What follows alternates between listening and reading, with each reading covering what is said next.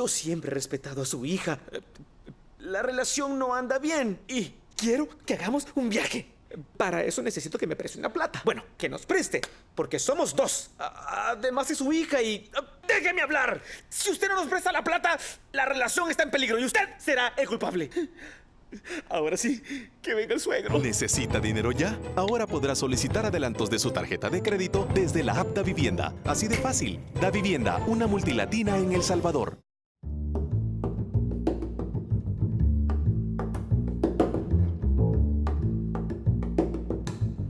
Buenas noches, bienvenidos a un nuevo episodio de Foco. Soy Karen Fernández y estoy en compañía de Saúl Hernández y de Alberto Arene. Alberto, ¿por qué no nos adelanta un poco sobre el contenido de su entrevista en Zoom? Uno de los temas más importantes para el país, cómo superar el bajo crecimiento económico y el alto endeudamiento que tiene el país.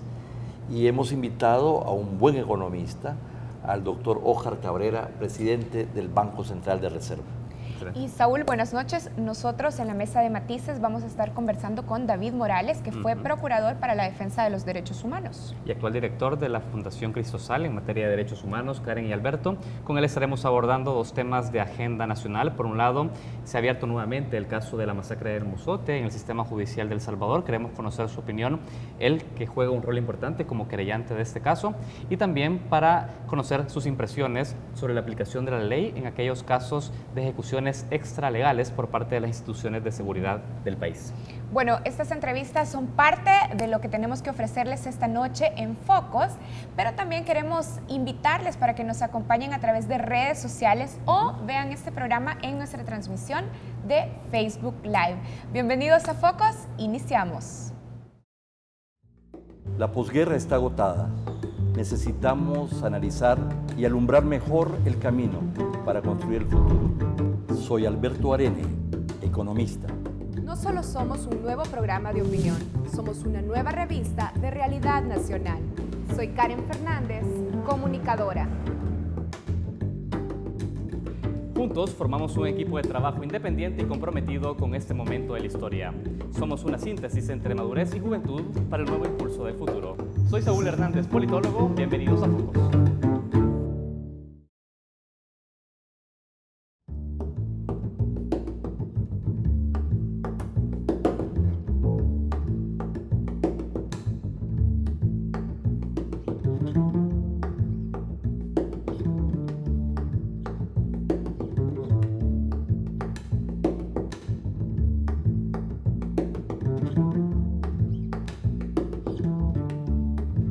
Muy buenas noches, amigos televidentes. Es un gusto estar nuevamente con ustedes en este programa de Focos y del segmento Zoom.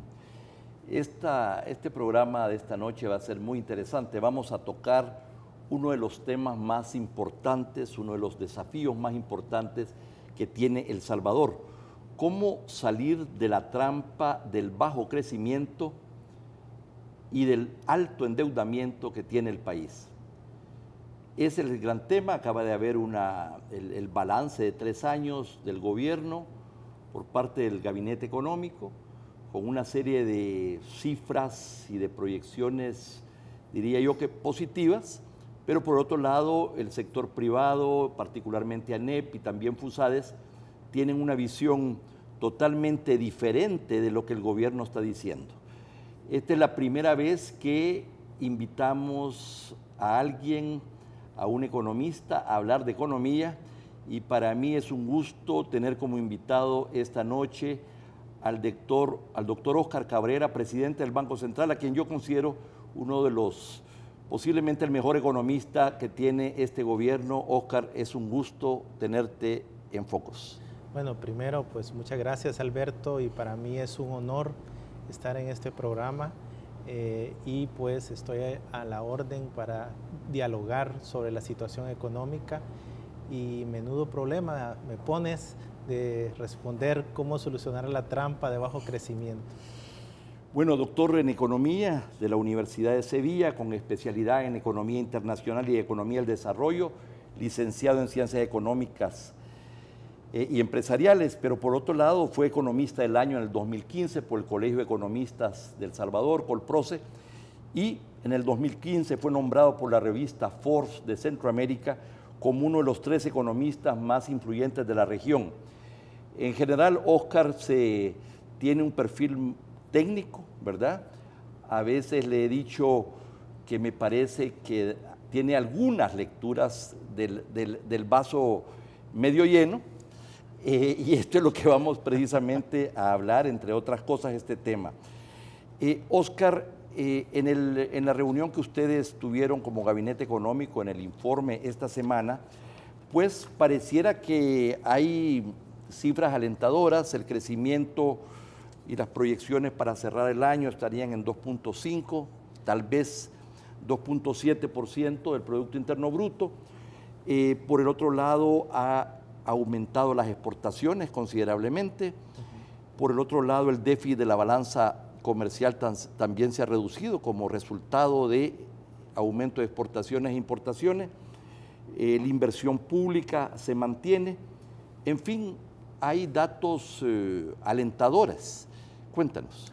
Sí, hemos pues demostrado a la población salvadoreña que este año tenemos una macroeconomía mucho más sana. Las perspectivas de crecimiento se ubican en un rango que va de 2 hasta 2.8. El rango que el Banco Central cree altamente probable es 2.3. Sin embargo, nosotros revisamos trimestralmente nuestras proyecciones en función de los cambios, de los riesgos existentes. Un elemento importante dentro de esta macroeconomía es la expansión del consumo de los hogares. El año pasado los salarios reales han crecido a una tasa de 4.2%. Las remesas... Los urbanos. Los salarios reales de toda la economía. De toda la economía. Medidos por el Instituto Salvadoreño del Seguro Social. Las remesas creciendo a una tasa del 7%. Eso implica que el ingreso disponible de las familias fue mucho mayor el año pasado que el anterior, y esto expande el crecimiento económico. ¿Por qué? Porque los gastos en consumo que hacen los hogares salvadoreños representan el 93% del Producto Interno Bruto. Además, la inversión privada y pública han estado también en una fase alcista. La inversión pública fueron alrededor de 700 millones, la inversión privada alrededor de 3.300 millones de dólares.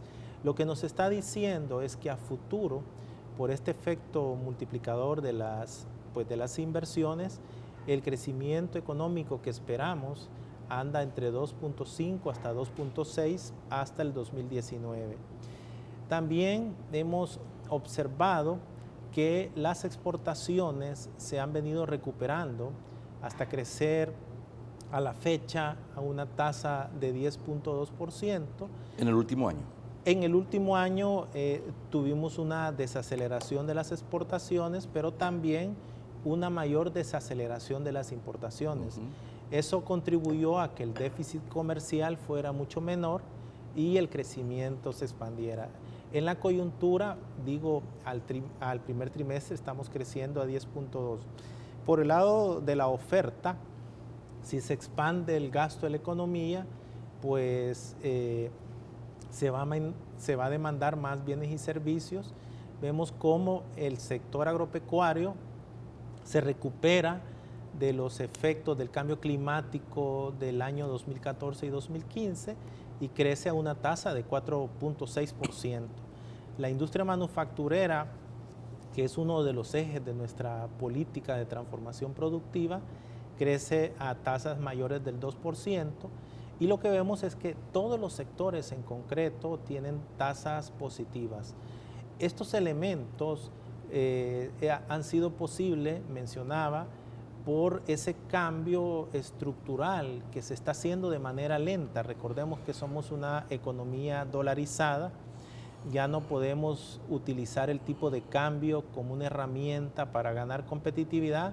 La única vía que tenemos es simplemente mejorando la productividad, pues aumentando la inversión, ese que yo le denomino el camino largo, porque es un camino lleno de espina, azaroso, difícil. es lo que está haciendo que las exportaciones del año pasado, el 95% sean manufacturas.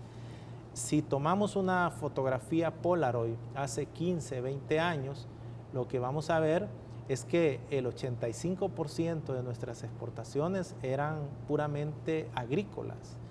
Y esto generaba que cualquier cambio en los precios del café, de la caña, por ejemplo, pues del azúcar sin transformar, generara fuertes impactos en el empleo agrícola y también generara problemas pues, de pobreza. Hemos ido construyendo ese cambio estructural. Ahora, ¿cómo ha sido posible que ese cambio se dé? Vamos a detenernos allá. Bueno, algunos dirán que buena parte del incremento en el consumo y en la demanda agregada está directamente vinculada precisamente al aumento de remesas, que ha sido considerable y que ha tenido un crecimiento permanente en los últimos 4 años. Y por el otro lado, y entonces claro, eso llega más dinero a un buen sector de la población. Pero por otro lado está también factores como los factores como la reducción de los precios del petróleo en los primeros años. Ahora ya han tendido a la alza. Además de los factores externos, ¿a dónde ubicarías tú el factor decisivo en lo que respecta a la economía nacional y más particularmente a la política económica? Sí. Quizás agregarte que existe una percepción que la economía salvadoreña crece por las remesas. Esto es... No, yo he dicho que eso impactó el consumo. Eso sí, pero lo que yo quiero manifestar es que las remesas familiares solo representan el 20% del ingreso nacional disponible bruto. Quiere decir que el 80% pues, del ingreso se crea en la economía salvadoreña. Bueno, pero 20% es enorme. Es enorme y eso es muy positivo, pero también considerar que lo que se crea pues, en la economía salvadoreña es mucho más. Esto es parte, yo te decía, el indicador de los salarios reales. Crecer en una economía dolarizada, los salarios reales 4.2, pues no es nimio, ¿verdad? Ahora tenemos el impacto del salario mínimo a partir de enero, que también consideramos que va a generar un impacto positivo para el crecimiento de este año. Nosotros simulábamos entre 1 hasta 3 décimas va a impactar favorablemente pues, en el crecimiento económico. Entonces, creo que los motores principales, aparte del gasto, el consumo, es la inversión. Por el lado de la oferta, los motores han sido el agro, la industria, el comercio, restaurantes y hoteles, y lo que le denominamos nosotros servicios avanzados a las empresas. Este último sector es fundamental para la economía porque todos los servicios, llámese mantenimiento de aeronaves, call center, diseño de software, está representando dentro de las exportaciones totales, es un 30% las exportaciones de servicio y pues el 70% son las exportaciones de bienes. Dentro de ese 70%, el 95% son pues manufacturas. Entonces tenemos motores productivos y por otro lado el consumo de los hogares, Alberto, se ha recuperado por fin el pasado a los niveles previos a la crisis de 2008. O sea, lo que estamos diciendo es que hemos tardado mucho para que las familias salvadoreñas tengan el mismo poder adquisitivo, ¿verdad? Pero entonces podríamos decir que además de los factores vinculados al aumento de remesas, el crecimiento de las exportaciones de bienes y de servicios sería el otro factor fundamental. Sí, es un factor muy importante en un entorno en el que la región centroamericana también está creciendo. a una tasa de más del 4%, y en un entorno, tú lo citabas, de baja de precios del petróleo y sus derivados. Esto creo que ha beneficiado sobremanera a las empresas, les ha reducido sus costos de producción, y a los hogares pues han tenido un ingreso que se ha constituido, ya no en ingreso temporal, sino que permanente.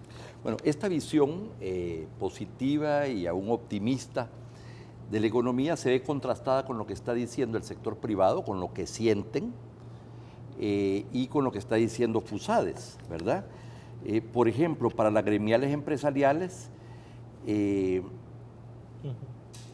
dicen que lo que expresó el gabinete económico es una fotografía que en la opinión de ellos no coincide con lo que ellos están sintiendo y lo que ellos están viendo.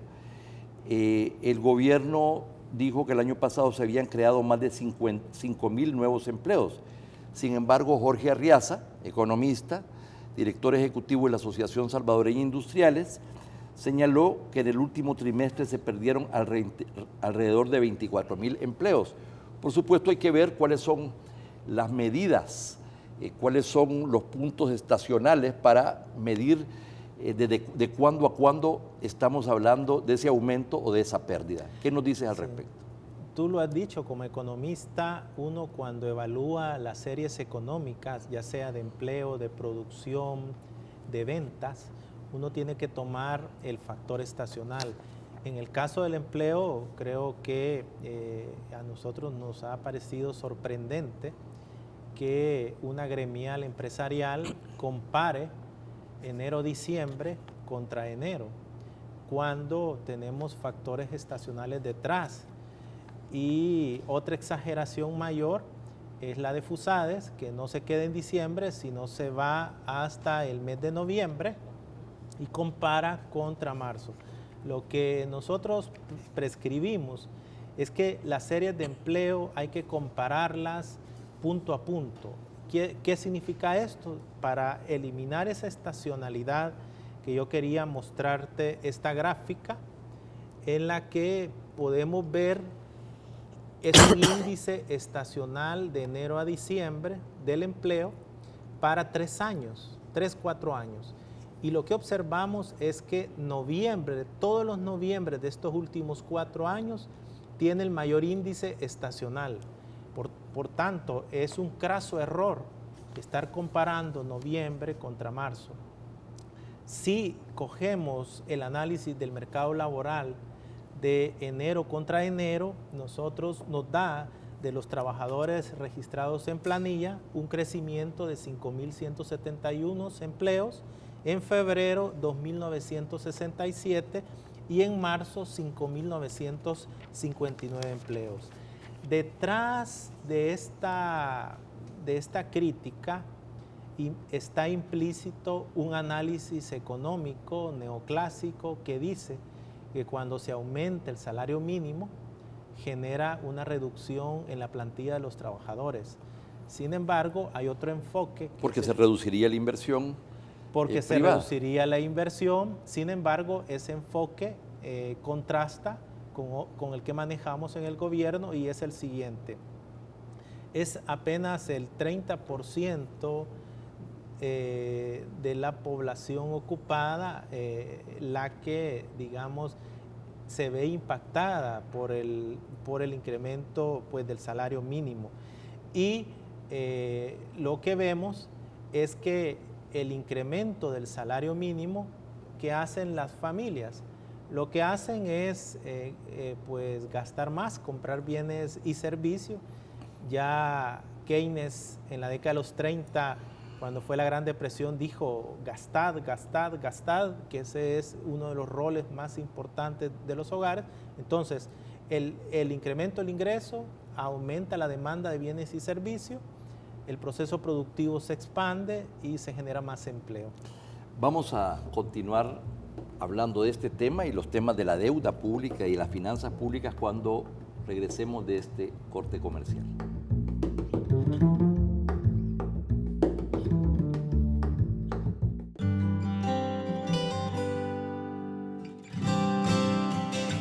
En los buenos y los malos momentos, la familia salvadoreña se une. Porque un embarazo de alto riesgo podría pasarle a cualquiera. Apoya los 4 casos de interrupción del embarazo. Actúa ahora. Seguimosunidos.com.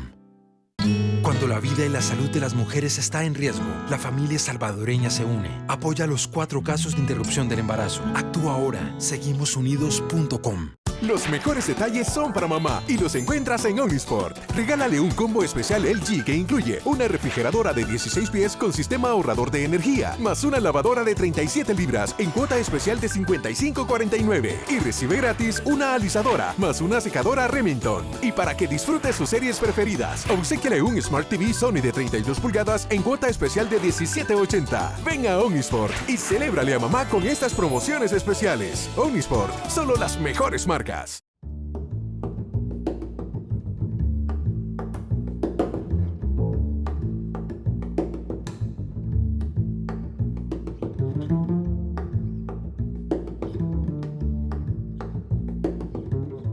Estamos conversando con el doctor Oscar Cabrera, presidente del Banco Central de Reserva, sobre la economía del país y sus perspectivas.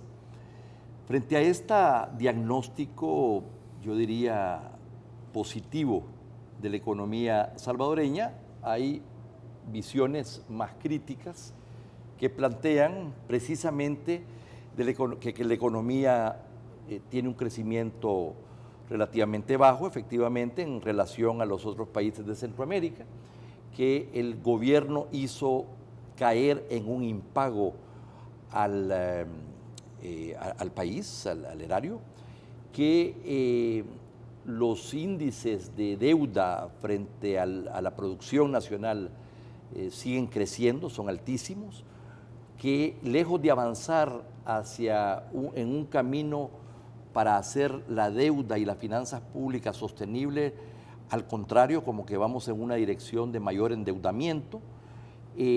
Nunca vimos que haya una reforma fiscal integral, que nunca se hizo en el país. Yo le agregaría una reforma fiscal pro inversión y crecimiento.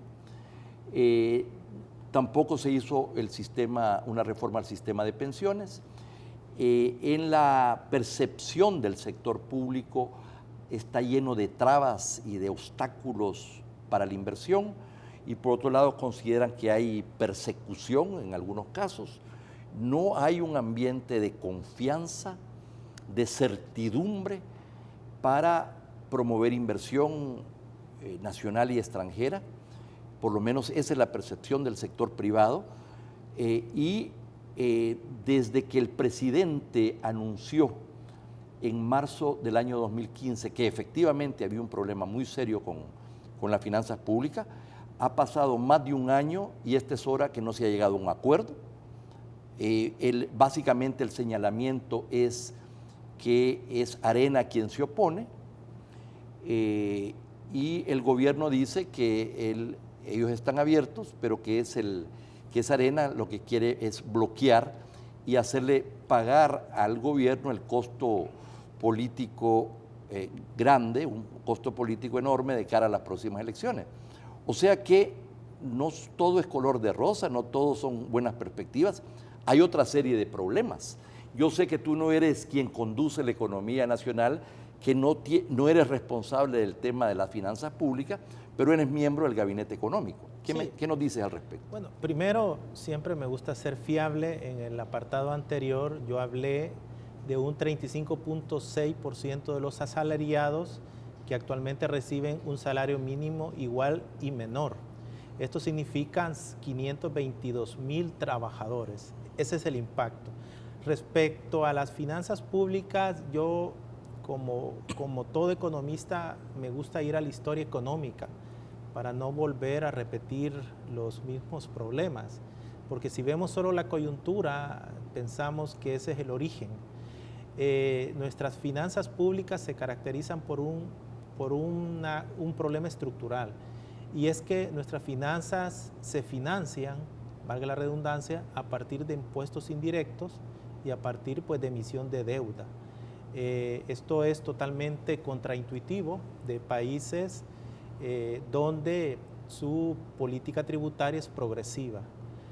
Otro elemento que yo creo que es muy importante, se dieron una serie de reformas orientadas hacia el mercado, pero sin que hubiese un plebiscito o una mayoría simple. Me estoy refiriendo a la reforma de pensiones, que se transforma de una reforma de pensiones colectiva a una de capitalización individual.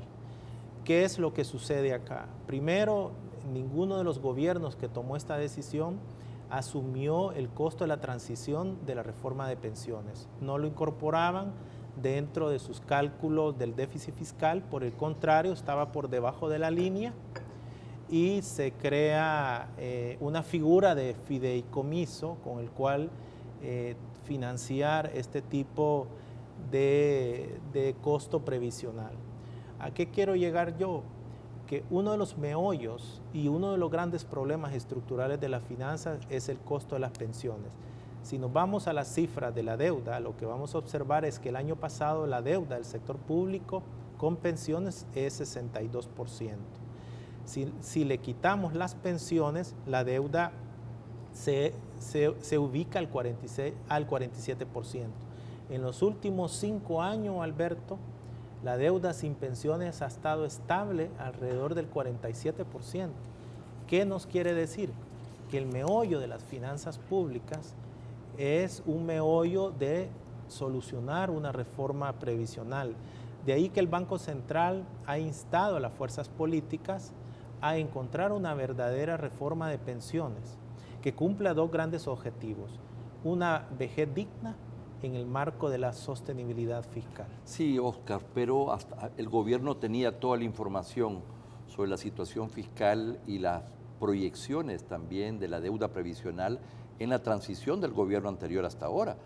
Y si hubiera esperado que este fuera un tema que se hubiera enfrentado, no lo enfrentó el gobierno anterior ni tampoco este.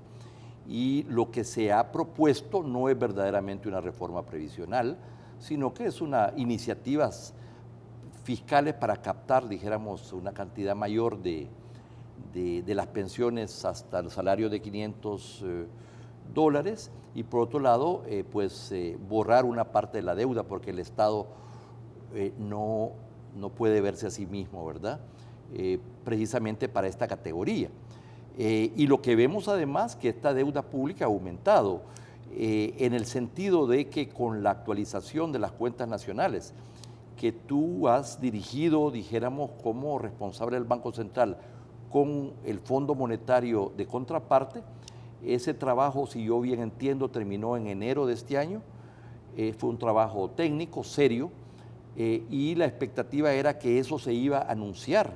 Entiendo que está en manos del presidente de la República, pero como entiendo que hay una sobrevaloración del PIB, del Producto Interno Bruto, entonces que podría ser menor, bueno, se dice en un 10%, yo sé que no puedes develar la cifra en público, sería una primicia, por cierto. Eso nos lleva a que la deuda pública en el numerador en relación al PIB en el denominador sea mayor y que podrías pasar del 70%. Y por el otro lado, los ingresos fiscales en relación al PIB que podrían andar por 15.9, puede ser que anden por 18 o por 19. O sea, las implicaciones de este cambio de las cuentas nacionales son grandes. ¿Qué nos dices al respecto? Sí, bueno, yo creo que el gobierno hizo una propuesta de sistema mixto, sin embargo, en la Comisión de Hacienda y el presupuesto hay otro tipo de propuestas que se están debatiendo por nuestros legisladores, como la propuesta del sector privado, la propuesta de los trabajadores y por último hay una propuesta de un partido, entiendo que es Gana. Lo fundamental es que el actual sistema de pensiones no es sostenible. No es posible que solo un 23% de la población económicamente activa cotice. No es posible que solo 2 AFPs manejen el mercado con unas tasas de rendimiento elevadísimas, incluso por encima de las tasas de rendimiento del sistema bancario, y al mismo tiempo no provea una pensión digna. Si nosotros vemos cuál es la verdadera medida de solvencia para una economía que recibe alrededor de más de 4.000 millones de dólares, nosotros llegamos al concepto de ingreso nacional disponible bruto. Tú lo mencionabas, el ingreso nacional es mayor que el Producto Interno Bruto. Entonces, para medir la solvencia de las finanzas públicas, parece ser que no es correcto el PIB, sino que hay que hacer la deuda respecto al ingreso nacional. El año pasado la deuda respecto al ingreso nacional llega al 55.2%. Si le quitamos las pensiones es 41.7%. Respecto al nuevo sistema de pensiones, es correcto que es un cambio de la estructura productiva del año 90 respecto al Respecto a las cuentas nacionales, dices. Respecto a las cuentas nacionales, pues del año 2005, que es el año base. Ahora, el hecho que probablemente el nivel del PIB del año base sea menor que el nivel del PIB a precios corrientes del actual sistema de cuentas nacionales, eso no implica que ese ratio respecto al PIB es constante. Hoy el Producto Interno Bruto se calcula en este nuevo sistema a precios del año anterior. Eso significa que la estructura de costos se va actualizando en el tiempo y cuando ya el señor presidente ya nos autorice para publicar el nuevo sistema de cuentas, la población salvadoreña se va a dar cuenta que esa gran preocupación que la deuda se dispara, pues ustedes van a poder tomar sus propias conclusiones. Desde el Banco Central... O sea, lo que estás diciendo es que no necesariamente la relación deuda-PIB va a crecer mucho como resultado del cambio de las cuentas. Lo que estoy diciendo es que esa famosa subestimación que se mencionaba, eso no es correcto, ¿verdad? Recordemos que la metodología de cálculo es muy diferente con el nuevo sistema de cuentas nacionales y aparte del cálculo del PIB van a tener la sociedad salvadoreña otra serie de estadísticas básicas que en este momento no disponemos. Para los economistas va a ser un reaprendizaje de cómo analizar las cuentas nacionales. No lo dudo, pero lo que estaba tratando de señalar es que las cifras, ¿verdad? Los ratios de deuda PIB que se sitúan ahora en un 62-63%, lo que se dice es que tenderían a aumentar. Esto me lleva al otro punto, Oscar. No, lo que te digo yo es que eso no es del todo acertado. Por eso estamos esperando a que salgan. Yo sé que no depende de ti y tú has hecho la tarea que corresponde. Vamos a ver, el país ha perdido competitividad en los últimos años. Bueno, desde los 80 viene perdiendo competitividad. Bueno, efectivamente, pero en los últimos años en los índices de competitividad vamos para atrás. Hay problemas por el impago, hay un montón de recursos que se necesitan para poder afrontar la amortización de la deuda desde este año hasta el 19. Pero por el otro lado, estamos viendo una situación, una coyuntura política que no alienta necesariamente la inversión. Sin embargo, tú apuntabas algo que me llama la atención, como que el cambio estructural de la economía ha comenzado. Y quisiera que le dedicáramos los últimos minutos a tu visión muy apretada, muy sintética, cómo profundizar o avanzar en la transformación productiva y, por otro lado, cómo hacer las finanzas públicas sostenibles. Solo eso es objeto de otro tema, pero quisiera algunas reflexiones al menos sobre ambos temas. Uno de lo que se requiere en esta economía es eliminar la alta polarización política. El hecho de haber caído en un impago es producto de esta alta polarización política. Hace algunos días la agencia calificadora de riesgo Fitch mencionaba que si se resuelve el tema de la alta polarización llegando a una reforma previsional, la economía salvadoreña regresa a su nivel de calificación anterior, que es B+, ¿verdad? Esto yo creo que es vital. Entonces, ese es uno de los elementos para para la transformación estructural. O sea, hay elementos políticos que pueden y están incidiendo sobre la macroeconomía. Otro elemento es, desde el Banco Central nosotros optamos por una política de ajuste, pero a los que tienen más ingresos y más riqueza. Es decir, implantar un impuesto al patrimonio, aumentar la tributación del 10º decil más elevado de ingreso, porque no es lo mismo financiar la tributación a través de aumentar 2 puntos al IVA, porque eso va a incidir sobre los hogares que consumen el 85% de su salario. No así los de elevado nivel de ingreso, que lo que van a reducir es su ahorro, no sus gastos en consumo. Ese es un buen punto. Otro por el lado del gasto. Por el lado del gasto considero que hay que hilar fino. No es lo mismo el efecto multiplicador que tiene el gasto de consumo que el efecto multiplicador de los gastos en inversión. La reducción en algunas partidas de gastos de consumo tiene que transitar hacia los gastos de inversión. ¿Por qué? Por cada dólar que se invierte en la economía, $1.50 es lo que genera de producción. Entonces, hacia ese enfoque debe ir las finanzas públicas. A la larga, yo recomiendo a este 10º decil de más niveles de ingresos y riqueza que tenga cohesión social con toda la población. Estos 160 ultra ricos tienen que tener cohesión social con toda la población salvadoreña, ya que ellos tienen 24.000 millones de riqueza, equivalente al 84% del PIB.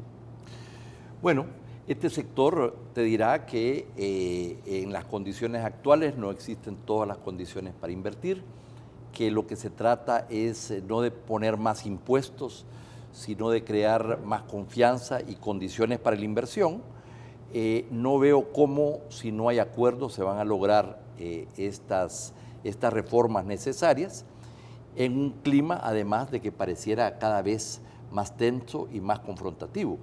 Por el otro lado, se suponía que iba a haber el Fondo Monetario dio una serie de... Yo creo que hay dos niveles de confrontación. La parte política, que es evidente a partir de los medios de comunicación, y otro tipo de negociación entre las empresas y el gobierno, que ha dado lugar a que el gobierno haya aprobado una serie de permisos de construcción y que esto también haya aprobado toda una serie de proyectos de diversificación de la matriz productiva, que hayamos aprobado también una serie de proyectos para las telecomunicaciones.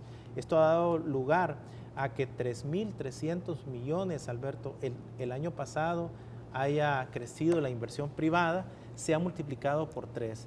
Si no hubiesen condiciones de certidumbre para los inversionistas, esta inversión sería cero en el país. La inversión privada se mantiene más o menos en un 11.9%. 13.6%. 13.6%, Sí. ha habido un aumento Así ya. es, sí. Y la inversión pública estará en 2 y pico. Pero Sí. lo que estamos viendo ya es un ajuste desordenado, ¿verdad? Con recortes de subsidios, recortes en el área de salud, en educación, y por el otro lado un aumento de la factura de ANDA, la factura de electricidad, etcétera.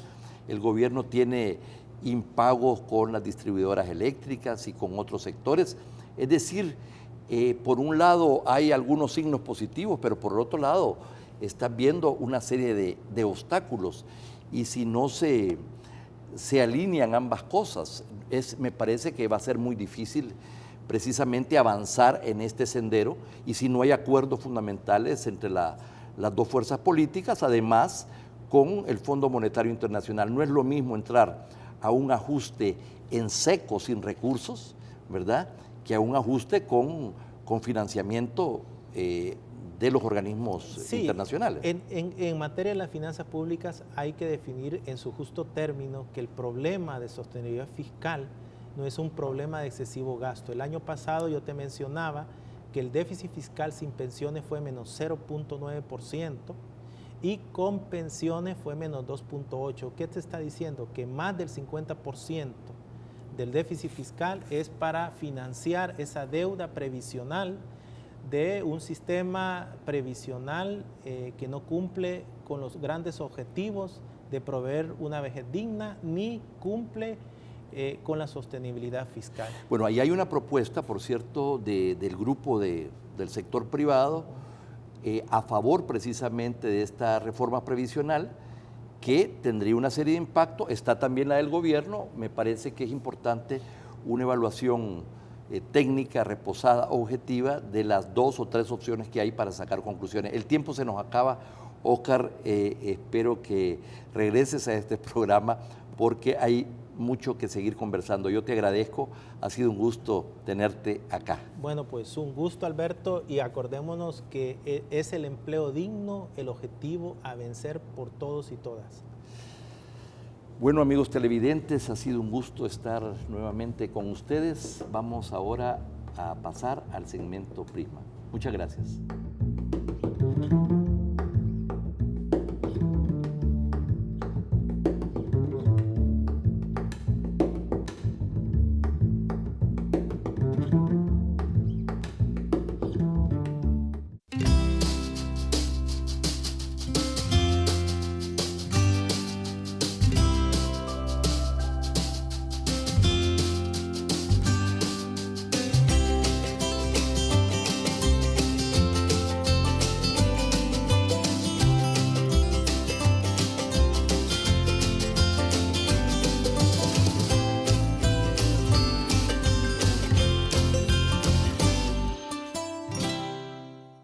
Los mejores detalles son para mamá y los encuentras en Omnisport. Regálale una refrigeradora LG de 12 pies en cuota especial de $28.99 y recibe gratis una licuadora Wilmer. O sorpréndela con una elegante sala Alaska en cuota especial de $49.68. Y por tu compra obtén gratis un chinero con espacio para microondas. Ven a Omnisport y celébrale a mamá con estas promociones especiales. Omnisport, solo las mejores marcas.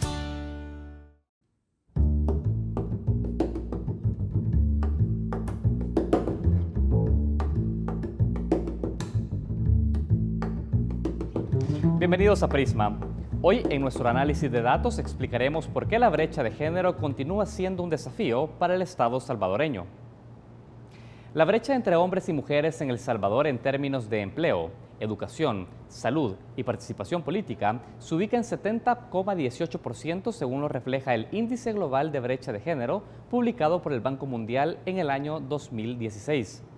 Esto quiere decir que la mujer salvadoreña se sitúa a 29,82 puntos para alcanzar la igualdad con el hombre. Cuanto mayor sea este puntaje, mayor desigualdad habrá entre ambos sexos. El Salvador ocupa el puesto número 64 de una lista de 144 países liderada por Islandia, en donde las mujeres están a 13 puntos de conquistar la igualdad con los hombres. En cuanto a los países de Centroamérica, Costa Rica y Panamá reflejan mejor desempeño que El Salvador, mientras que México y Guatemala están por debajo. El país latinoamericano con el mejor desempeño en reducir la brecha de género es Bolivia. En los últimos 10 años, la brecha de género en El Salvador no ha aumentado. Sin embargo, y en comparación con otros países, refleja una desmejora. En 2006, el país se ubicaba en el puesto 39 del índice global. Hoy ha retrocedido 25 puntos.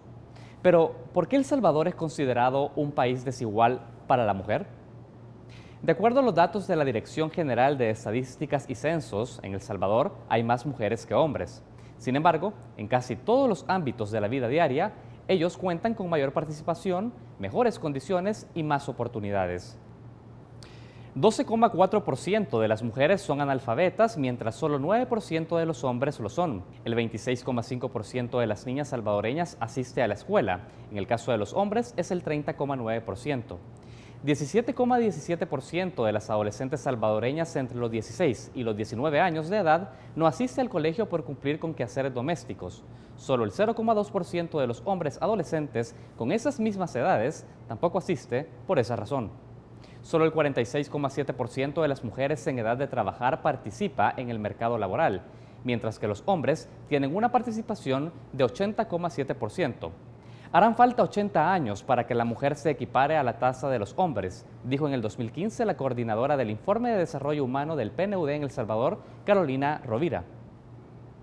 Y un dato más alarmante, 7 de cada 10 mujeres salvadoreñas que no buscan empleo argumentan que no lo hacen debido a los quehaceres domésticos. ¿Y qué pasa con la brecha salarial de género? El PNUD en El Salvador, con base a los datos de la DIGESTIC, detalló en 2015 que la mujer salvadoreña gana en promedio 15.5% menos que los hombres, pese a que cuenta con una mejor preparación académica. Y en promedio, un hombre en un cargo directivo gana 22.9% más que una mujer con el mismo cargo. Hay que recordar también que El Salvador ocupa la segunda tasa más alta de femicidios en Latinoamérica y el Caribe, es decir, de asesinatos perpetrados por pareja, expareja o familiares o por su agresor o violador. Desde el gobierno se han implementado durante los últimos años importantes políticas de inclusión a la mujer.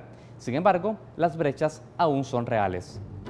Eso ha sido todo en Prisma. Al regresar nuestra entrevista en Matices.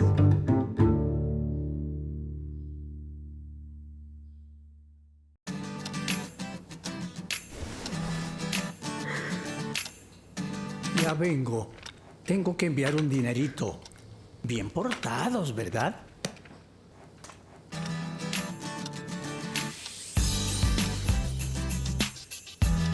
Vaya, ya estuvo. Ahora hacer transferencias a otros bancos es más rápido y sin costo con la app Davivienda. Así de fácil. Davivienda, una multilatina en El Salvador.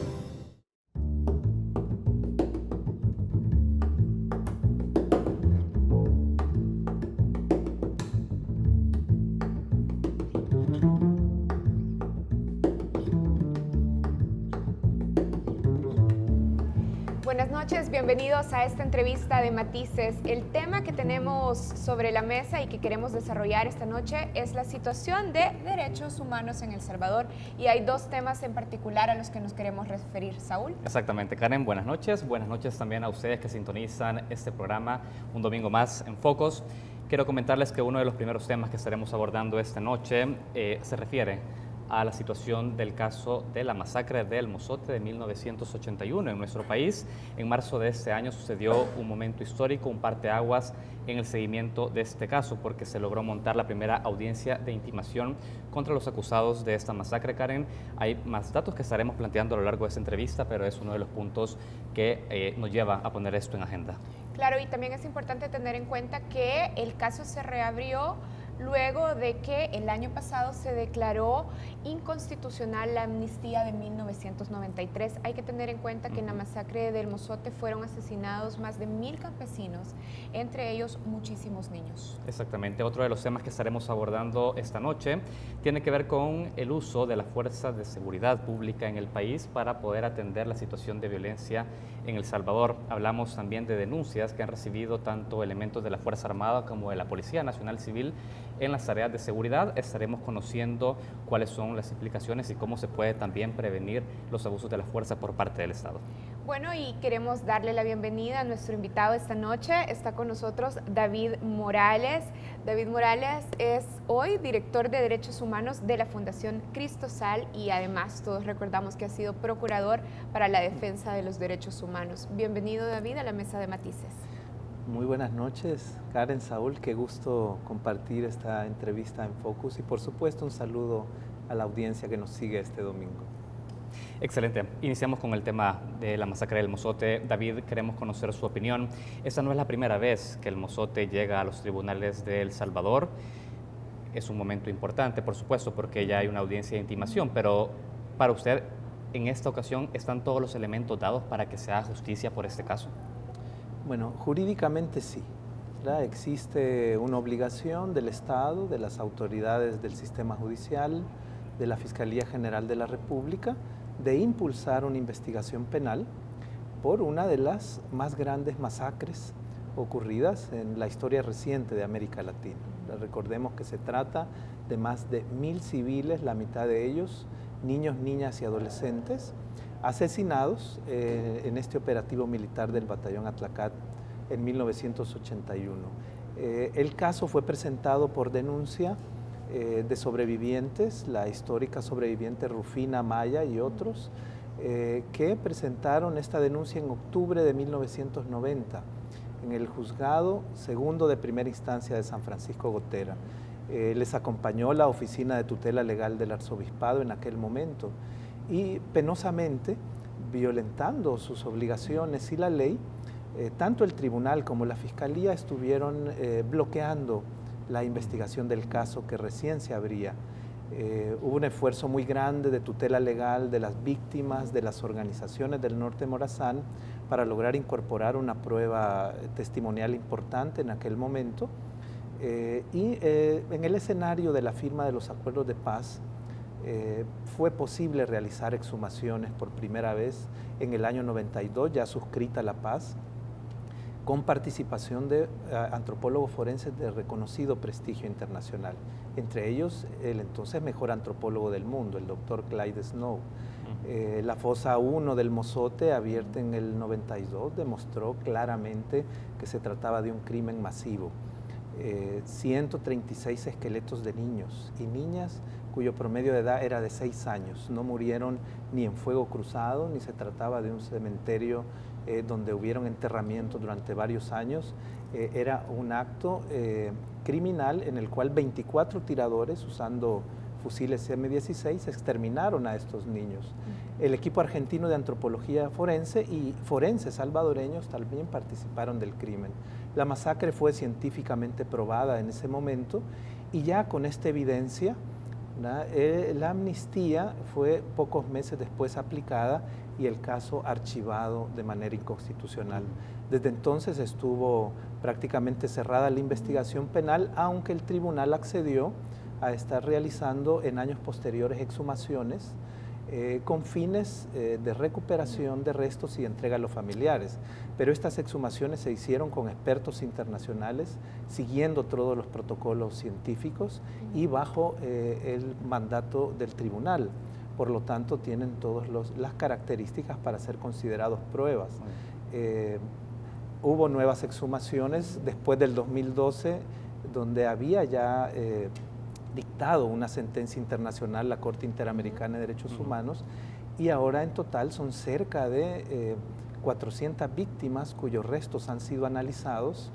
El 70% de esas víctimas son niños y niñas, y la masacre está científica y claramente probada. Ahora, quisiera que tengamos en cuenta algunos puntos sobre la mesa. David Morales participó en el proceso en 1990. En esta secuencia que nos estaba contando, cuando por primera vez llega el caso a tribunales, usted ya había acompañado el caso. Ahora en esta reapertura está participando también como abogado particular.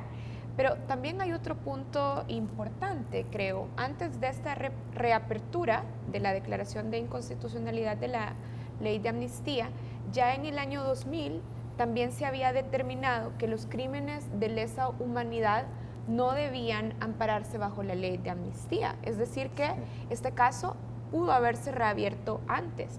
Pero ¿qué fue lo que impidió durante todos estos años que el proceso se retomara? Sí, es una situación jurídica importante de destacar.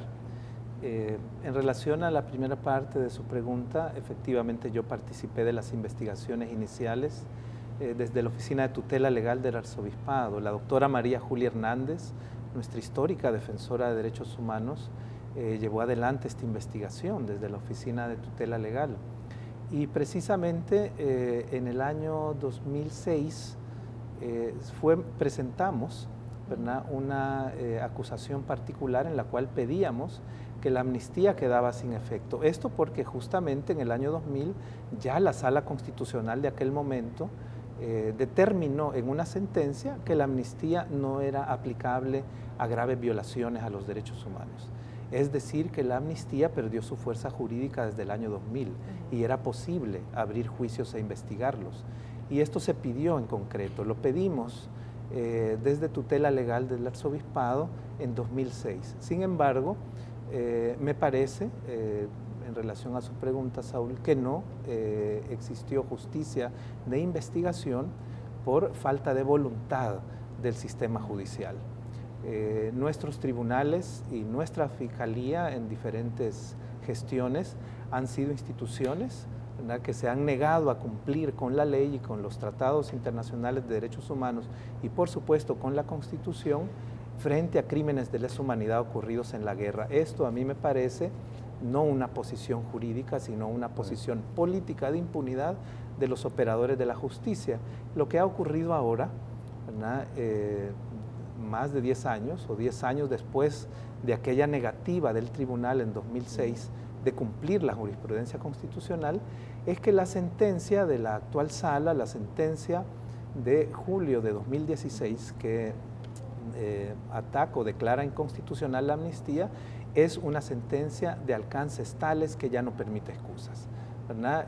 La sala fue muy clara: crímenes contra la humanidad ocurridos en el conflicto armado deben ser objeto de la aplicación de la justicia, no se admite prescripción ni otras excluyentes de responsabilidad similares, las víctimas tienen derecho a verdad, justicia y reparación. Tutela legal ahora ya no del arzobispado, sino convertida en una organización de derechos humanos que lleva el nombre de la doctora María Julia, sigue siendo la organización que acompaña a las víctimas y lleva adelante el caso.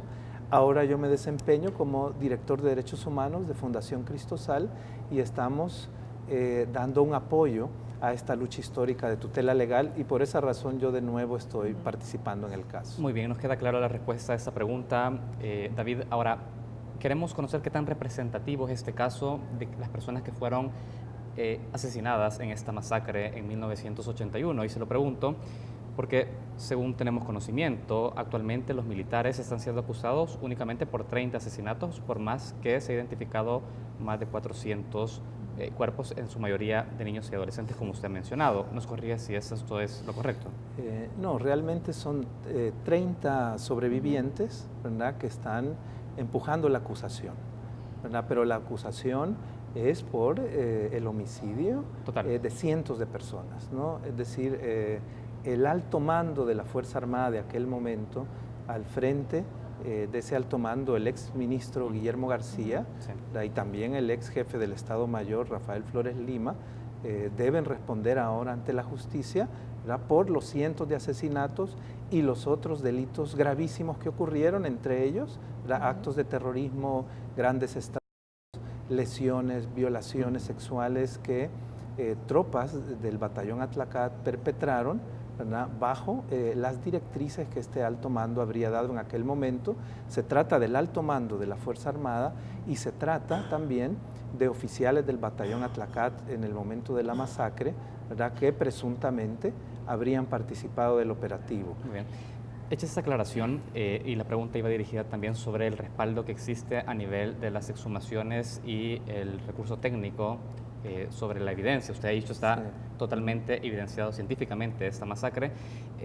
¿Hay algo a nivel técnico que siga dificultando, digamos, en el archivo de esta causa, que no se avance en la justicia? Es decir, ¿están todas las condiciones dadas o es que aún todavía hay elementos por demostrar en eso? Sí, el crimen masivo está plenamente demostrado a nivel científico, forense.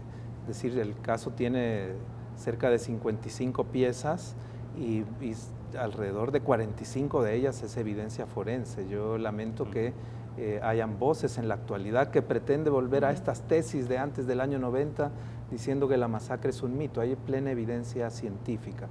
Ahora la investigación debe dirigirse hacia este alto mando, la de la Fuerza Armada y oficiales del batallón Atlacat.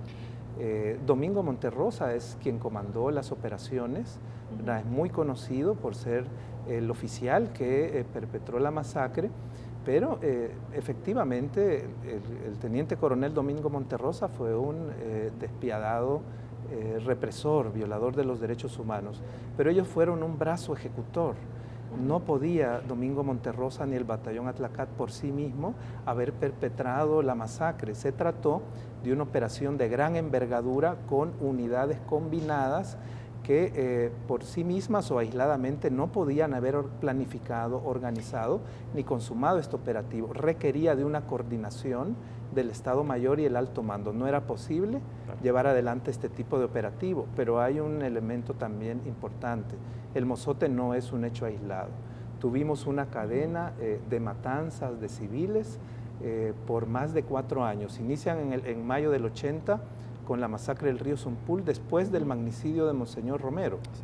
Y durante 4 años se están perpetrando operativos con unidades combinadas en los que participa Fuerza Aérea, Artillería, varias unidades de infantería. En el caso del Mozote no solo fue el batallón Atlacat, fue la 3ª Brigada de San Miguel, el destacamento de San Francisco Gotera y lograr un operativo de estas dimensiones o una cadena de operativos durante 4 años solo es posible a partir, ¿verdad?, de que se trata de una política de terrorismo de Estado que dirige un alto mando. Por eso el principal imputado dentro del caso, ¿verdad?, es el general Guillermo García y el general Rafael Flores Lima, también el viceministro de Defensa en aquella época, Adolfo Castillo. Ahora, David, usted ya nos estaba explicando muy bien que en este caso la acusación se dirige a los altos mandos militares, pero ¿cómo se logra o cuál es la visión para lograr establecer responsabilidades individuales?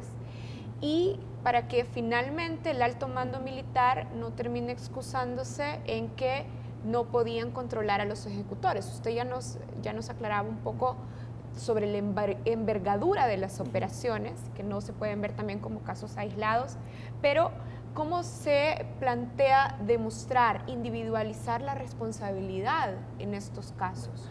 Justamente en esa línea que complementa su pregunta, la inquietud de Saúl, ese es justamente el desafío del sistema de justicia frente al caso del Mozote en este momento.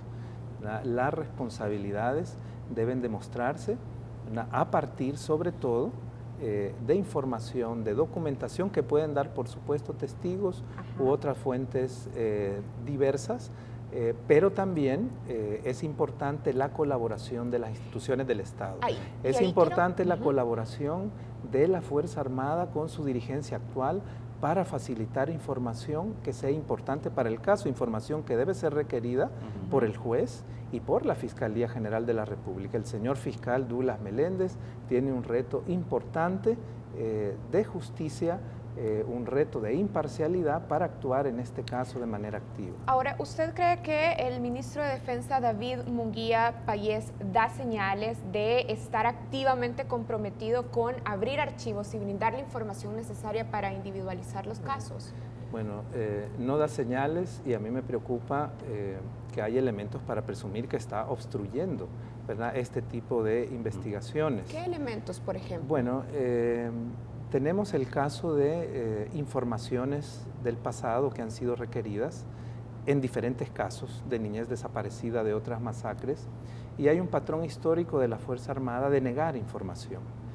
El general Munguía Payés, como ministro, ha seguido este patrón de ministros anteriores de falta de colaboración, pero en el tiempo actual, con más herramientas, las víctimas y organizaciones han acudido al sistema de acceso a la información, al Instituto de Acceso a la Información, han negado la información, el instituto ha inclusive ordenado que la información sea reconstruida.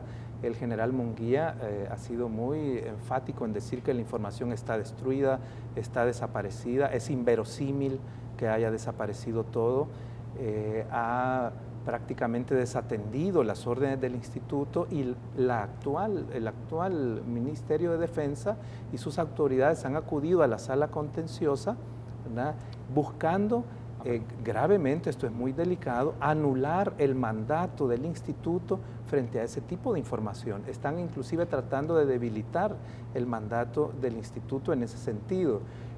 Entonces ha habido una falta de colaboración muy clara del actual ministro y dijéramos todas las autoridades, y hay unas dudas recientes muy graves sobre destrucción de archivos además, ¿no?, que tuvo trascendencia pública. Entonces yo llamaría a las autoridades actuales, al señor ministro y las autoridades a cambiar esta posición, a cumplir con la ley, ¿verdad?, y a recordar que están obligados a colaborar con el señor juez y con la Fiscalía. Y me parece que es también preocupante que la Fiscalía General no asuma un rol protagónico. Queremos dejarlo con esa respuesta, este primer bloque de la entrevista. David, nosotros tenemos que hacer una pausa, Karen, y al regresar seguiremos también conociendo su opinión sobre el resto de instituciones alrededor del caso. Así es, ya regresamos.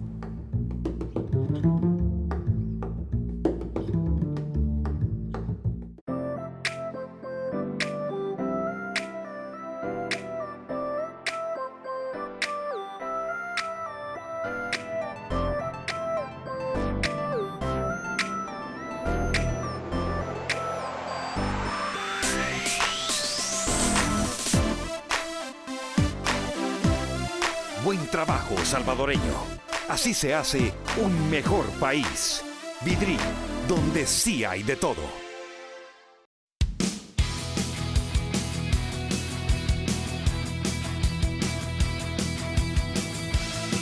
¿Y cuántos tomates son? Son 3 tomates y 2 zanahorias. Ahora hay que meter los cangrejos vivos al agua.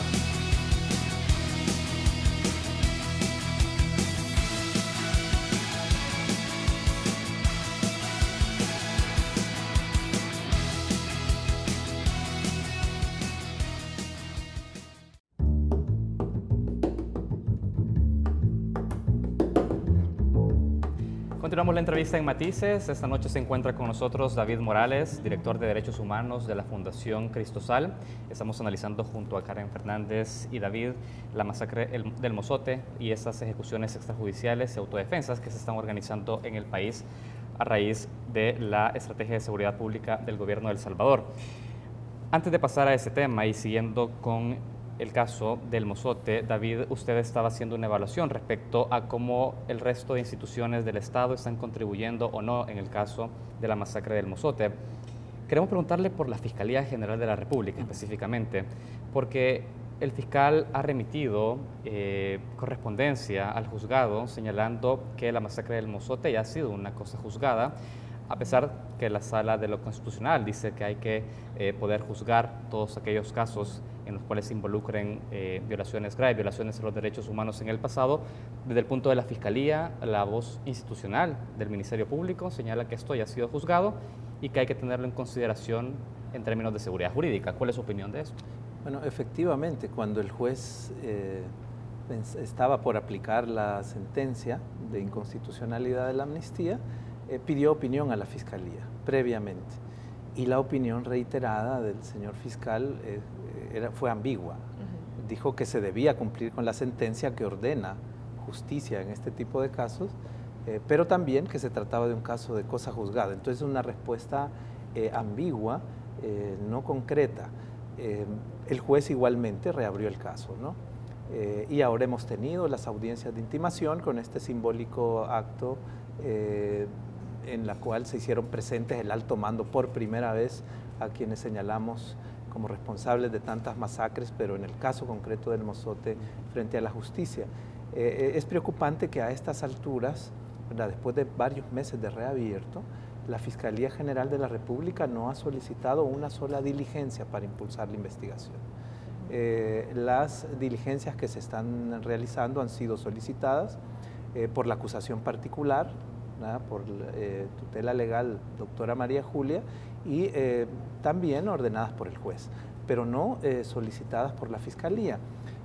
Quiero destacar un elemento: todos los fiscales anteriores jugaron desde el año 90 un rol de obstaculizar la investigación, de proteger a los responsables y discriminar a las víctimas.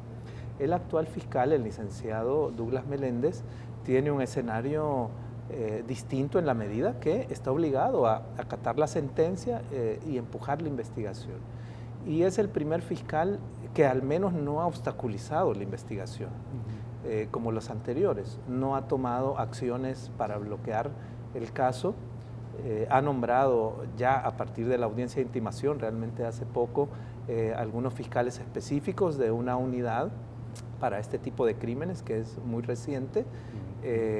Y bueno, aunque no han tomado acción, existe como esta actitud pasiva, pero no negativa de bloquear. Al menos le da el beneficio de la duda a la Fiscalía. Yo quiero hacer un llamado al señor Fiscal General de la República para que asuma protagonismo en este caso. Me parece que es un caso del cual la Fiscalía saldría fortalecida, daría ejemplo de su imparcialidad, que sea cual fuere el grupo de poder que está detrás de un crimen, él va adelante con las investigaciones. Por el momento está fallando el rol de la Fiscalía, pero por supuesto esto podría cambiar, y por el contrario, si mantienen una posición de pasividad, de inactividad, entonces el fiscal Douglas Meléndez se llevará, ¿verdad?, en su récord haber tenido la obligación de empujar la investigación por la masacre más grande de civiles en América Latina, uno de los más graves crímenes de lesa humanidad de la región, y no habrá hecho nada, ¿no? Entonces esto será también un sello muy negativo. Yo invito al señor fiscal general a reflexionar sobre este punto y a asumir ya su rol. También la Fiscalía incurre en faltas, ¿verdad?, y en responsabilidades incluso penales si no cumple su labor. Así que estamos muy atentos, las víctimas, las organizaciones de derechos humanos, a que pueda asumir este desafío. Una pregunta final sobre el caso del Mozote. Sabemos que ahora que el caso ha sido reabierto, está siendo juzgado con el Código Penal de 1973, que era el Código Penal que estaba vigente cuando el caso se cerró por la ley de amnistía. ¿Cuál es la diferencia sustancial en que el caso sea juzgado con el Código de 1973, que estaba vigente, y no con el Código Penal de 1998?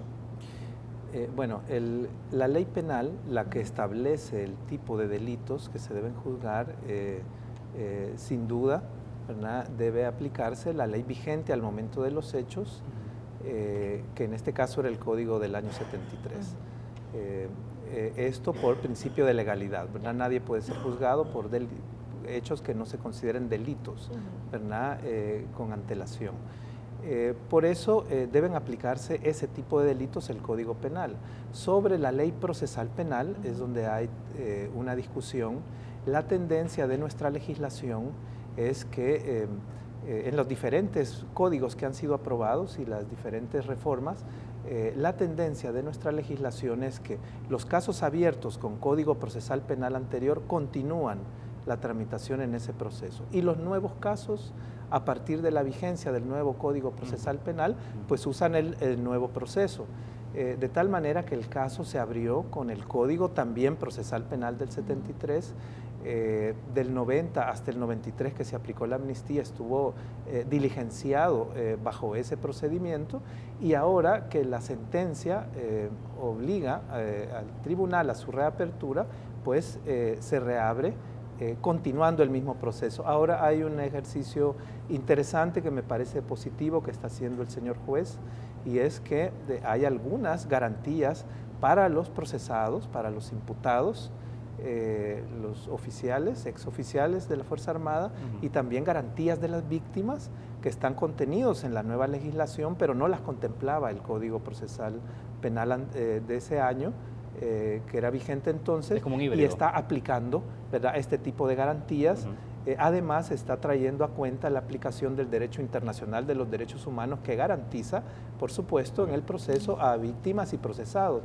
Esto me parece relevante, es quizás un caso sui generis muy interesante para los estudiosos del derecho, y bueno, tenemos que seguir viendo la evolución de esto. Yo quiero aprovechar para reconocer, ¿verdad?, pese a críticas que en el pasado eran muy claras hacia el titular del tribunal, que el señor juez de la causa ha tenido una posición muy valiente y positiva al reabrir este caso. Excelente. Es importante ahora poder conocer su análisis, David, respecto a lo que sucede en materia de seguridad pública y derechos humanos en la actualidad en El Salvador. En 2015 usted será recordado, y es recordado aún, por haber sido un procurador y único digamos, figura institucional dentro del Estado que se pronunció sobre las masacres en San Blas del Cantón Pajales, donde la policía y elementos militares ejecutaron extrajudicialmente a 13 personas, según una investigación periodística, y que posteriormente también ha sido de atención de otras entidades del Estado. En esa ocasión usted dijo que nos consta que la Fiscalía no impulsa investigaciones serias y efectivas en casos de violaciones a los derechos humanos atribuidos a policía o Fuerza Armada. ¿Contempla usted todavía esta visión respecto a la labor de la Fiscalía en materias extrajudiciales en seguridad pública? Bueno, el tema de las ejecuciones extrajudiciales, después de enfrentamientos o presuntos enfrentamientos entre policía, Fuerza Armada y presuntos delincuentes, es todavía un motivo de grave preocupación, incluso en el debate público y a nivel, por supuesto, de la investigación o la cobertura periodística. Sí quiero decir que en el pasado hubo otras gestiones de otras procuradoras que establecieron también casos de ejecuciones extralegales atribuidas a la policía, es decir, no era una actuación nueva de la Procuraduría. Sin embargo, en el periodo que yo fungí como procurador, las denuncias, sobre todo periodísticas, eran muy serias, ¿verdad? Hubo varios casos con fundamentación evidente periodística, entre ellos San Blas y Cantón Pajales, ¿verdad? Que demostraban la existencia de elementos que hacían presumir ejecuciones. Hicimos una investigación independiente como Procuraduría. Claro, la investigación de la Procuraduría no es solo sobre los hechos, debe investigar también la actuación de las autoridades frente a la presunta violación de derechos humanos, y en ese sentido a veces es difícil obtener pronto toda la información de las instituciones y a veces no se obtiene, pero finalmente llegamos a conclusiones muy claras, ¿verdad? De que en estos dos casos se habían producido ejecuciones y presuntas ejecuciones. La base de nuestro análisis en aquel momento fue la evidencia forense, el análisis de la evidencia forense. Había otra serie de elementos, investigaciones in situ, por supuesto, información testimonial, fuentes documentales, pero era la evidencia forense sobre todo. Era falsa esta tesis que algunos señores diputados lamentablemente lanzaban y trataban de señalar que era sobre la base de familiares de las víctimas o familiares de pandilleros para desprestigiar la investigación. Fueron conclusiones muy claras y es preocupante que encontramos un rol de deficiencias graves técnicas, de negligencias, ¿verdad? E inclusive algunas actitudes de pasividad que favorecían la impunidad en los casos. Por ejemplo, evidentemente las escenas del delito habían sido alteradas, no fueron protegidas, fueron viciadas, pero habían, por ejemplo, los cuerpos, los cadáveres habían sido movidos de sitio. Eso no estaban en la posición que evidentemente quedaron después de los presuntos intercambios de disparos. Esto podría significar que había una escena puesta, no falsa. Habían lesiones a corta distancia, ¿verdad? Que evidentemente desmentían la versión de la investigación policial, y encontrábamos negligencias graves en las unidades de control interno y después una absoluta falta de compromiso y de seriedad en la Fiscalía para judicializar los casos. El caso de San Blas fue judicializado, pero llamó la atención que solo sobre uno, ¿verdad?, de las personas fallecidas, que era precisamente el único joven que no era pandillero. Los elementos habían también sobre los otros y en los demás casos se pidió sobreseimiento. Yo instruí todavía como procurador que se realizara una auditoría de ese trabajo fiscal, de esa investigación fiscal. Desconozco si a la fecha eso se ha...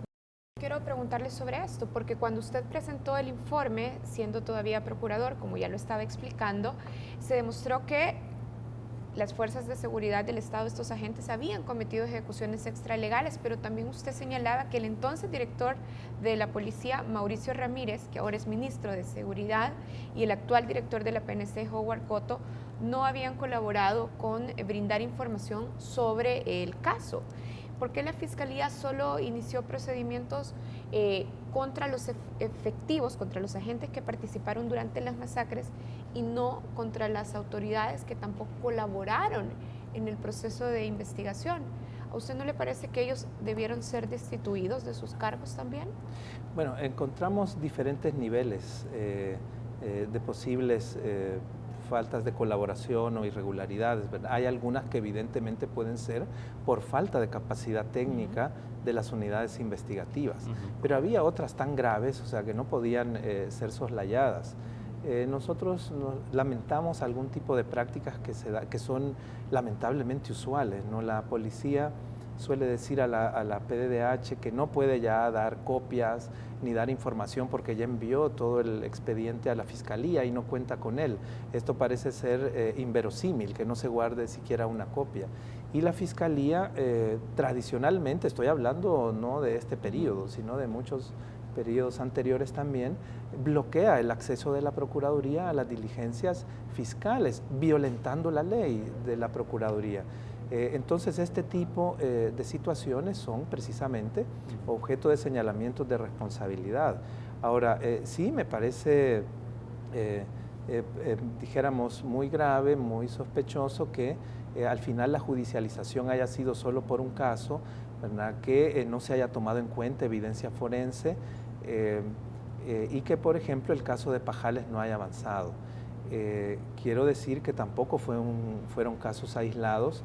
Había denuncias en un alto número, especialmente en la prensa, dijéramos en la prensa nacional, en los diferentes medios de comunicación.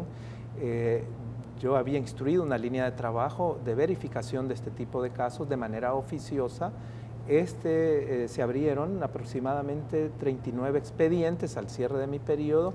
Algunos eran acumulativos por al menos 140 fallecimientos, ¿verdad?, que en las investigaciones o coberturas periodísticas reflejaban algún tipo de elementos que podían hacer presumir ejecuciones, de tal manera que en ese ritmo la Procuraduría iba a seguir produciendo otros informes sobre más casos. Pero hay una situación de casi ninguna judicialización o prácticamente solo una de este tipo de casos. Esto requiere atención también sobre el rol que la Fiscalía General está teniendo ante este tipo de fenómenos, como otro tipo de violencias similares que no son precisamente atribuidas de manera directa a agentes del Estado, como la violencia de los grupos de exterminio, que son una especie de escuadrones de limpieza social, con fines de limpieza social, ¿verdad?, que están generando también un alto número de homicidios y se tiene cuenta de muy pocos casos judicializados. Excelente. Nos queda claro con sus respuestas que las críticas siguen estando puestas sobre la correcta aplicación de la ley por parte de las instituciones, tanto del órgano ejecutivo como del órgano judicial. David, hay un tema y que está muy vigente, también un fenómeno que se produce, comunidades que se comienzan a armar para autodefenderse, políticos y precisamente el presidente de la Asamblea Legislativa apoyando ese tipo de grupos de manera económica. ¿Cómo analiza usted este fenómeno en el país? ¿Qué le parece también la actuación de los políticos en torno a esto?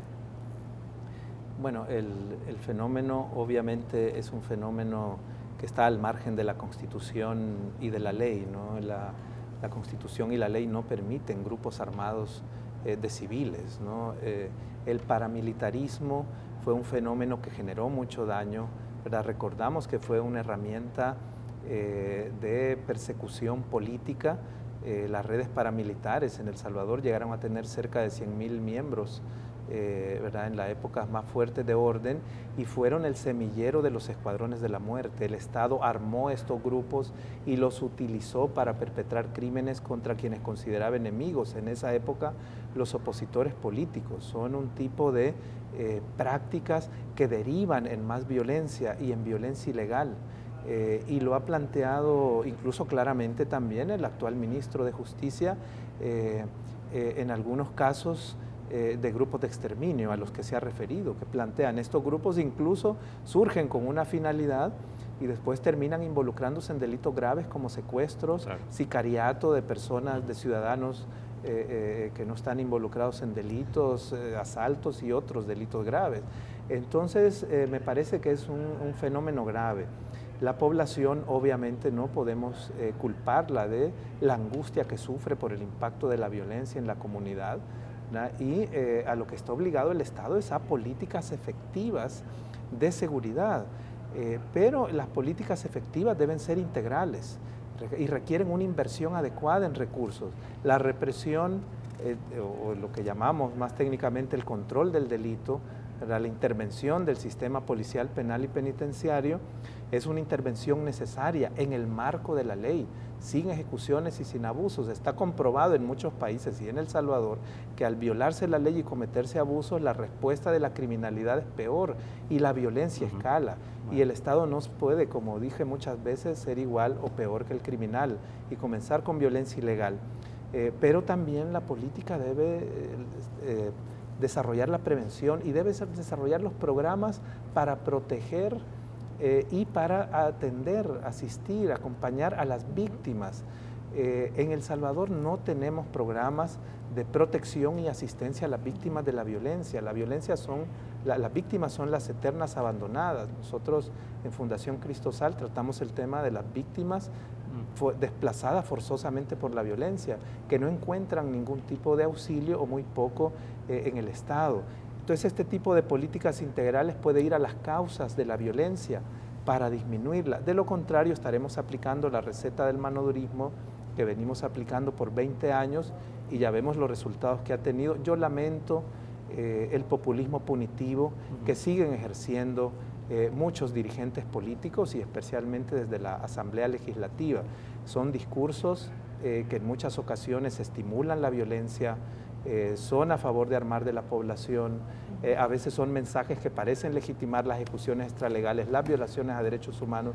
Me parece que no son discursos democráticos, aunque ganen votos, y por eso los usan mucho. Muy bien. Bueno, aquí nos ha dejado planteado ya otro tema para entrevista, otro tema para seguir conversando, el populismo punitivo.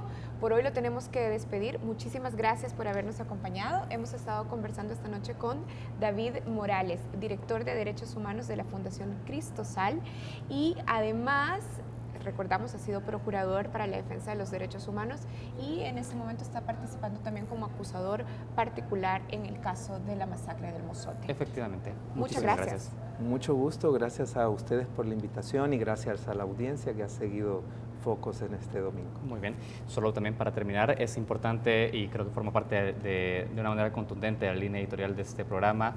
Blanche Petrick, la periodista mexicana, estuvo hace unas semanas también en esta entrevista y señalaba que es importante para poder entender la violencia del presente, poder también conocer lo que sucedió en el pasado, y es parte de la lógica de esta entrevista. Muchas gracias. Por supuesto, gracias. Hacemos un corte y ya regresamos con más de Focos. Volvemos.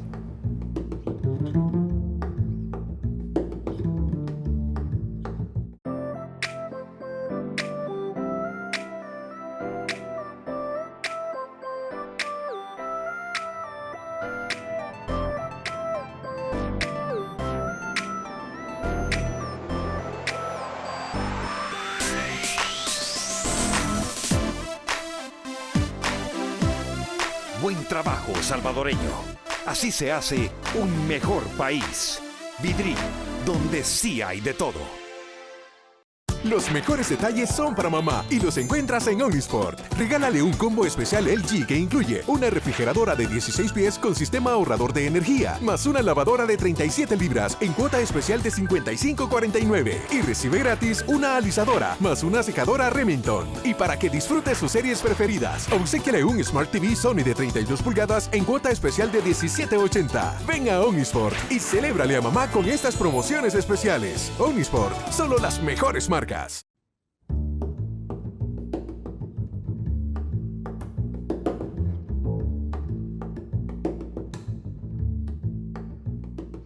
Buenas noches, bienvenidos a Reflejos.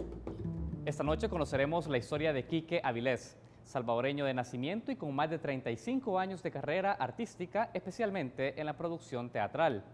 Quique ha sido fundador de diversos colectivos teatrales que han tenido influencia en escuelas, comunidades y cárceles. Hoy conocemos su historia, un salvadoreño destacado en el exterior. Veamos.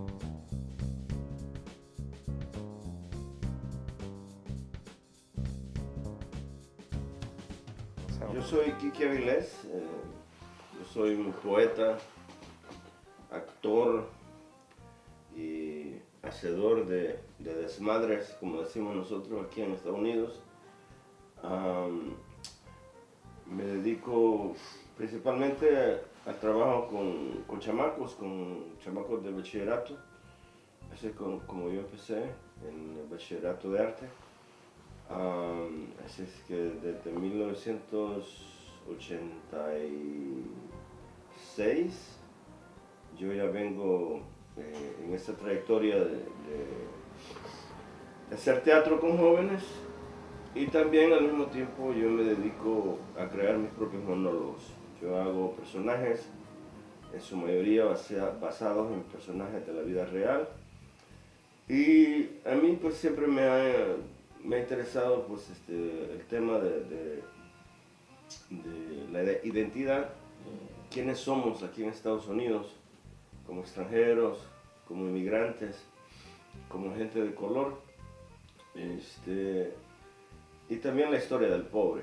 O sea, yo tuve una vivencia en El Salvador, pues yo crecí en un pueblito, en el campo, entonces yo vi la pobreza pues de muy de cerca.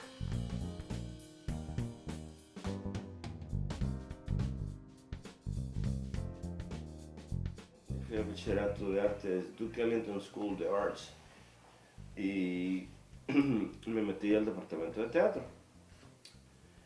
Pero allí me di cuenta de que el entrenamiento que se me estaba proveyendo era entrenamiento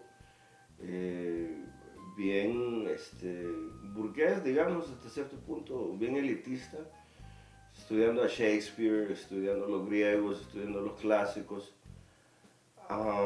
estudiando los dramaturgos más famosos de aquí de Estados Unidos, los cuales en su mayoría no tienen ni tan siquiera un personaje de descendencia latina.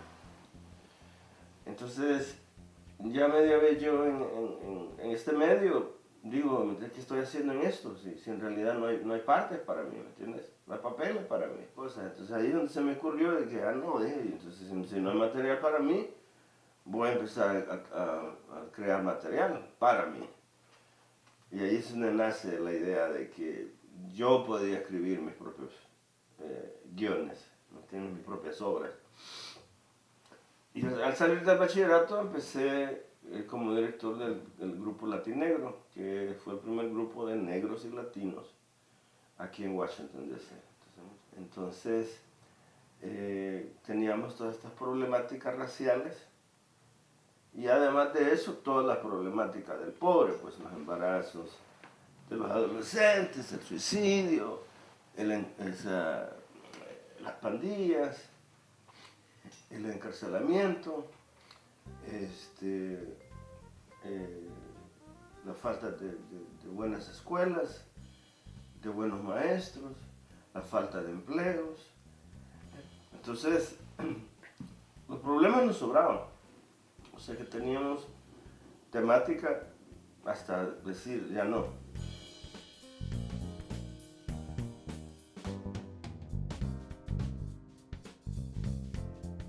Oh, claro.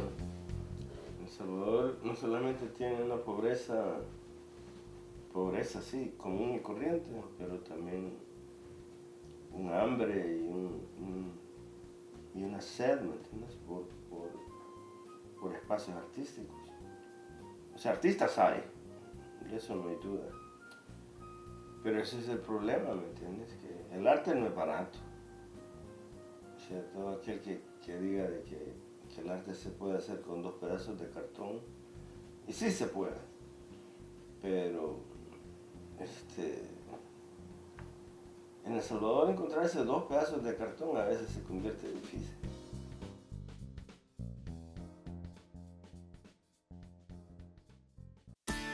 ¿Qué hacen realmente las AFP por ti? Las AFP son empresas sólidas, profesionales y con accionistas de prestigio internacional, estrictamente reguladas y supervisadas. Las AFP, administrando los ahorros de forma transparente, han generado más de $2.300 millones en rentabilidad para las cuentas individuales de los trabajadores. Los afiliados, dueños de más de 8.600 millones que respaldan su pensión, se merecen una reforma que logre mayor rentabilidad, mayor cobertura y mejores pensiones de forma sostenible. Los mejores detalles son para mamá y los encuentras en Omnisport. Regálale una refrigeradora LG de 12 pies en cuota especial de $28.99 y recibe gratis una licuadora Wilmer. O sorpréndela con una elegante sala Alaska en cuota especial de $49.68. Y por tu compra obtén gratis un chinero con espacio para microondas. Ven a Omnisport y celébrale a mamá con estas promociones especiales. Omnisport, solo las mejores marcas.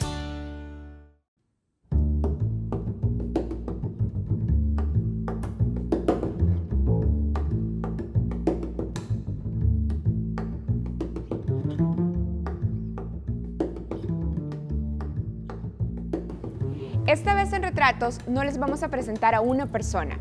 Esta vez queremos hablarles sobre un juego. El juego se llama Los Izalcos. Es un juego didáctico que ha sido desarrollado por el Museo de la Palabra y la Imagen, el MUPI, y su propósito es guiar en un recorrido por el pasado y el presente de El Salvador. Bueno, que lo disfruten y que conozcan más sobre este juego, Los Izalcos. Vamos a jugar todos, vamos a hacer equipos.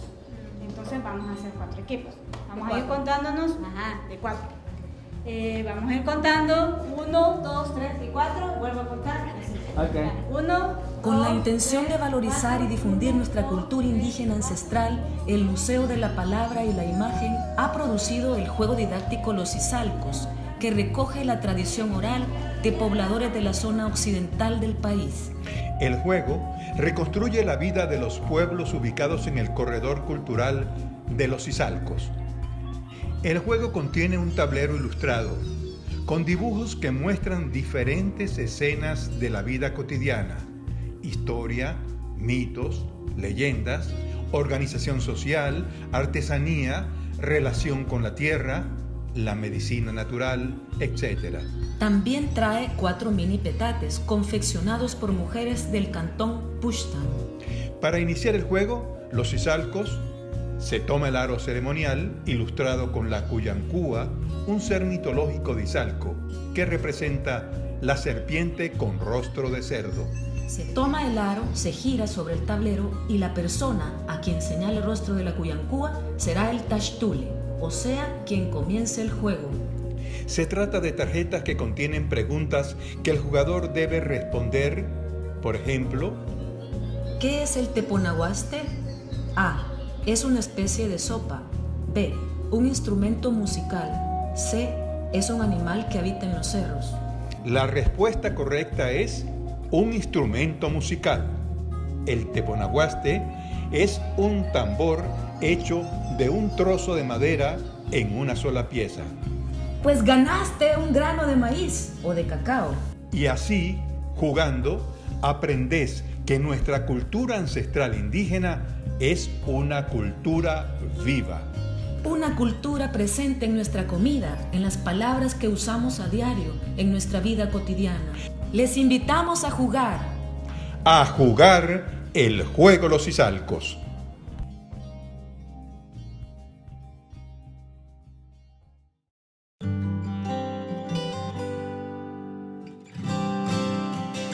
En los buenos y los malos momentos, la familia salvadoreña se une. Porque un embarazo de alto riesgo podría pasarle a cualquiera. Apoya los 4 casos de interrupción del embarazo. Actúa ahora. Seguimosunidos.com. Cuando la vida y la salud de las mujeres está en riesgo, la familia salvadoreña se une. Apoya los 4 casos de interrupción del embarazo. Actúa ahora. Seguimosunidos.com.